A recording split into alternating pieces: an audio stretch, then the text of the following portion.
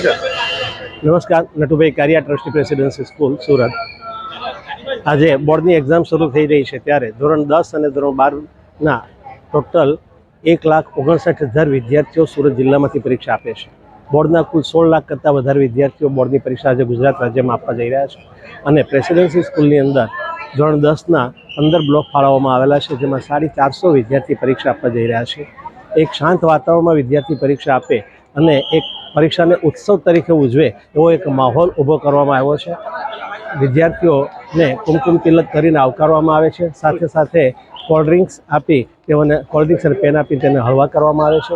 વિદ્યાર્થીઓ કોઈપણ પ્રકારના ટેન્શન વગર અને કોઈપણ પ્રકારની મુશ્કેલી વગર પરીક્ષા આપે એવું એક વાતાવરણ ઊભું કરવામાં આવ્યું છે। સાથે સાથે કોઈપણ પ્રકારની ગેરરીતિ ન થાય તેનું પણ સંપૂર્ણ ધ્યાન રાખવામાં આવશે।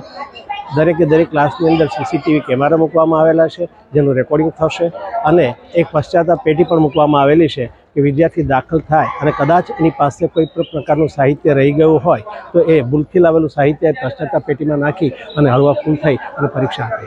વાલીઓને પણ મારી નમ્ર વિનંતી છે કે પરીક્ષા વિદ્યાર્થીઓને શાંતિ અને હળવા વાતાવરણની અંદર આપવા દો, કોઈપણ પ્રકારના ટેન્શન વગર પરીક્ષા આપે, કારણ કે એમને જે મહેનત કરેલી છે એના પર જ વિશ્વાસ રાખીને પરીક્ષા આપે એ જ મહત્ત્વનું છે।